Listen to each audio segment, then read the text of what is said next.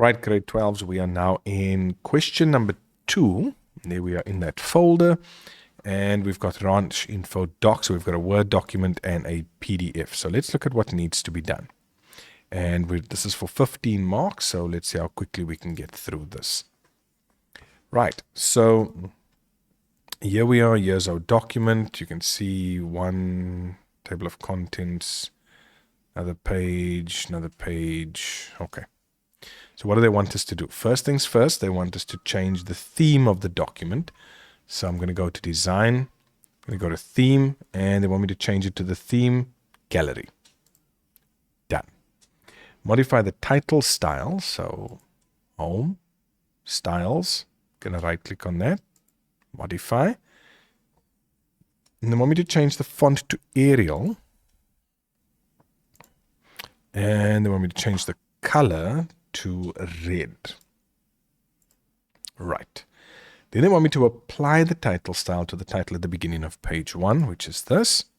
Click on title, done. Okay. Can you believe that's already 1, 2, 3, 4 marks? Then modify the image's width to a width and height of 10 centimeters. So first thing you want to do is go to picture format, go to size, go right here in the corner to your advanced layout and take the tick out of lock aspect ratio. Click OK. And this will allow you then to make it 10 by 10. Otherwise, you're not going to be able to do that. Okay, so that's page 1 done. Then page 2, they wanted you to insert a table of contents. And for that, we can go to our references, table of contents. The only thing they said here was any format you prefer, but display only the headings formatted with a heading 1 style. So that means I'm going to have a custom table of contents. That also means I'm going to go under General. I'm going to leave everything as is, and I'm only going to show level 1. You see that? Only level 1. Click OK. Done. Right. Page 3. I need to check for a spelling error. So all I'm really going to do is I'm just going to highlight everything on this page. Go to Review. Spelling. And there's my spelling error. I'm going to change it to whatever I need it to be. And that's okay. That's done. Then insert a hyperlink to the document adoption process located in the Q2 folder on the highlighted text. I saw that. So I'm going to highlight this. I'm just going to, for now, go insert link, insert link. Okay. What do they want me to do? To link it to the document Q2. So existing file. We navigate to that folder. There's the file. Okay. Anything else? A screen tip.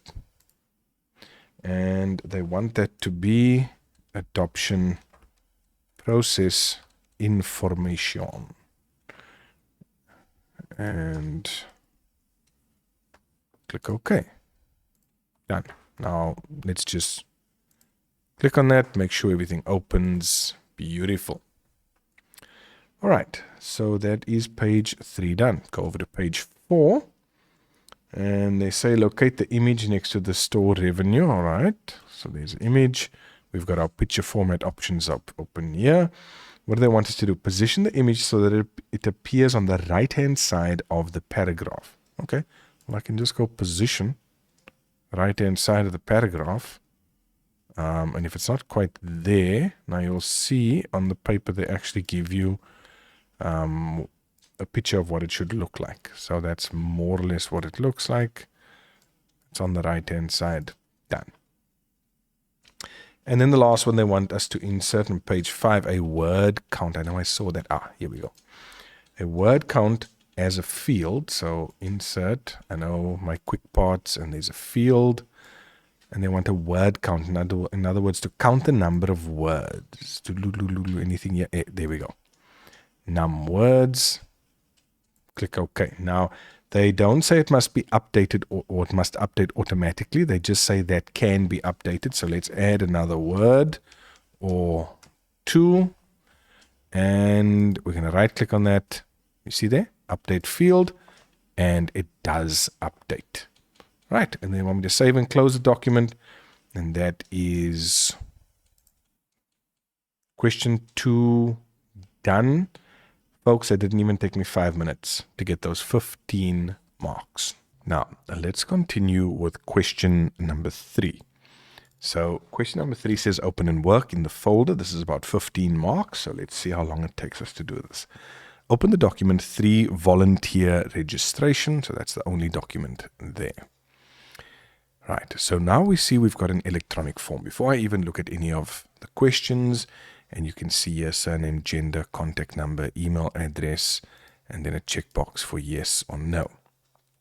All right, they say to us adjust the page size to A5, done. Change the page margins to narrow.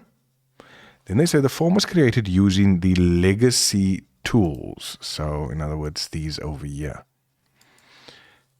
So that volunteers can complete the form. Make the following changes to the form. Add a text form field to the name field. So there, they want us to add a, you see there, text form field to the name field, done. Change the text format of the surname field to first capital. So when we click on that, we can go up here, we're going to click on properties, and they say they want us to change the text format of the surname field to first capital, and let's just have text format first capital. All right, done. Add a right aligned tab stop at 11 centimeters with a solid line leader next to the email address. So we want to add a tab stop. We're going to go home, I'm going to go paragraph, I'm going to go tabs, and the position is going to be at 11 centimeters. They want a right aligned tab stop. And what did I say next to the email? Yes, with a solid line leader. So there we go, solid line leader. We're going to set that. We're going to click OK.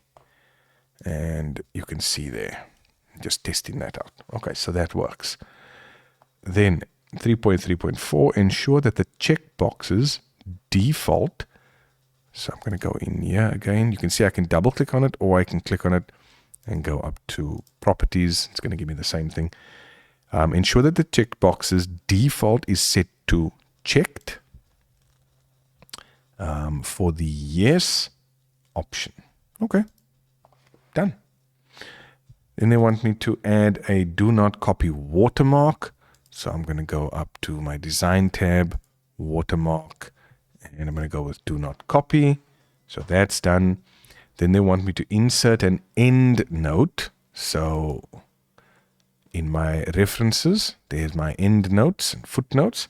So let's read the question. Insert an end note on the text newsletter. So I'm going to go to newsletter that contains the following text. So I'm going to go insert end note, and then they want me to type out the following. Newsletters are sent out monthly. Okay, use the asterisk symbol as the numbering format. So I want to just go in there. And I want to go over here to my endnotes, format, number format, and they want me to use the asterisks. Apply and done. Right, next one. Add a comment to the title of the form. So they want me to go and add a comment which contains the following text. Complete the form. Complete the form. Right, done. Then they want me to insert a single line page border. So am I going to go to my borders and shading, and I'm going to go to a page border, single line page border. They don't give any other details, so that's fine. And then the last one, restrict the editing of this document to ensure only the form can be filled in and no other changes can be made. All right, so we can restrict editing over here. And what do they say? Ensure only the form can be filled in and no other changes. So filling in the forms, allow only this type of editing in the document to fill in the forms, and yes, We don't want to add a password, and we want to. So we just click OK. And there we go. Done. And folks, that is question number 3. That is 15 marks. And that's taken me all of just under 5.5 minutes. So in question 4, you can see we've got a few files, 2 documents, Excel spreadsheet or workbook, and a picture. Okay. See what they want us to do. 4.1 about us. They want us to open that. They want us to format the heading, the range. What do they want us to do? With a word art of your choice. So you can see I just highlighted that. Insert, word art of my choice. And there we go. Done. Place all the text below the heading on page 1 in a text box. I'm not sure if they want just that or everything. But I'll just use that for now.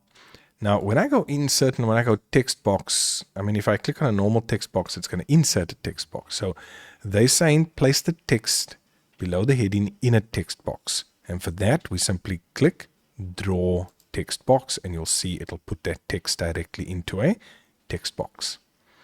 Then they want us to reject the change. Oh, there we go. There's a change. They want us to reject that. So you can see there, I can reject it there. Or I can go up over here and I can reject it there as well. So they want me to reject the change on page 1. Page 2. Insert an image. So insert image map PNG. So I need to just go and find that map PNG. Below the heading, right? Apply the bevel. So remember, when I click on an image, I'm going to get picture format over here. So they want me to apply the bevel oval black style. Here are my styles. So let's see. Beveled oval black style. Right, there we go. You don't need to resize the image. So we'll just leave it as that. Then ensure that page 2 displays in landscape orientation, but page 1 and 3 remain in portrait. Okay. So the way we do this is through our section break. So I go to the end of page 1, and I'm going to insert a section break next page. I'm just going to put that on so you can see. I'm going to go to the end there. You see there's a page break as well. But if I leave that as is and I go to my layout and I say, okay, I'm going to click on this page. And I want to change that orientation to landscape. So I've got page 1 in portrait, page 2 in landscape, but now page 3 and the rest are still in landscape. And that is because I still need to insert a section break as well at the end of that. Okay, so now this is why I want you to see this.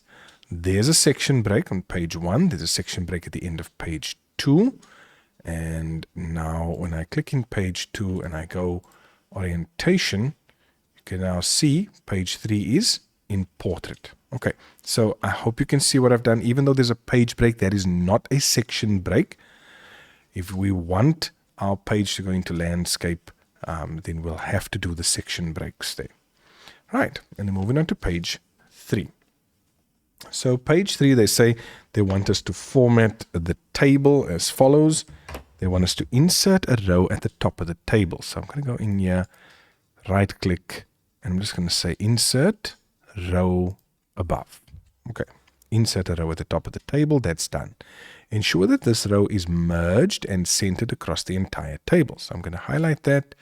I'm going to go to my table design, table layout. Okay, so I need to merge that and I need to center everything in there as well. Okay, done. Add the text summary of donations. So now we're going to go summary of donations from 2011 to 2023. And let me just take this off these paragraph markings. There we go. To this row, so that's done. And then they want us to add a formula in the last cell of the second column, so over here, to determine the total donations and ensure that the format is set to currency. So they basically want us to add this up. Okay, so now all I have to do is just go to, make sure I've clicked in that cell, go up to table layout, go to formula, sum above, and then with the number format, just scroll down until you see the currency. So they wanted us to insert a formula in this last cell and format it to currency, and that's done. All right, let me turn the page because I think there's more, because this one's about 20 marks. So the last one is a mail merge. Okay, so thank you letter, we're going to open that, and they want us to edit it accordingly. Prepare a letter for every donor and merge the document as follows. So already I know I need to go to mailings, start mail merge, and it's a letter.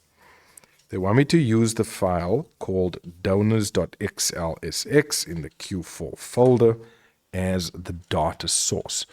So select recipients, use an existing list, and we're going to go to that folder, Q4 donors. Okay, so there we go. We click OK. Now, already that's 2 marks. They want me now to sort the data. In other words, I need to edit the recipient list. And I'm just going to open this up so you can see that's everything in there. They want me to sort the data in ascending order according to the last name.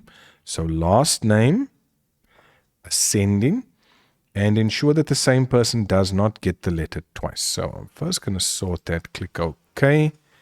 Now, are there people here that are duplicates? Yes. Okay, there's one. So all I'm going to do is I'm going to go to find duplicates, and I'm going to take that out. I'm going to click OK, right? And there, that's sorted. Again, if I don't want to do that, I can just take the tick out. Just make sure it's only one of each and click OK. So now I've done that. All right. Insert the fields for, so now I'm going to go insert merge field for the email. And then I need to go to first name and last name. So I'm just going to go insert first name, space, last name, comma. Is there anything else? No. They also say, yeah, email, first name, last name. Okay, so I'm sorted. And I can now just preview to see that that's changed. Finish and merge, edit individual documents. And now the last step for 2 marks is not just to complete the mail merge, because now look here. See what happens? There's your original thank you letter. This is your merge document there. You can see I've got 18 records. Okay?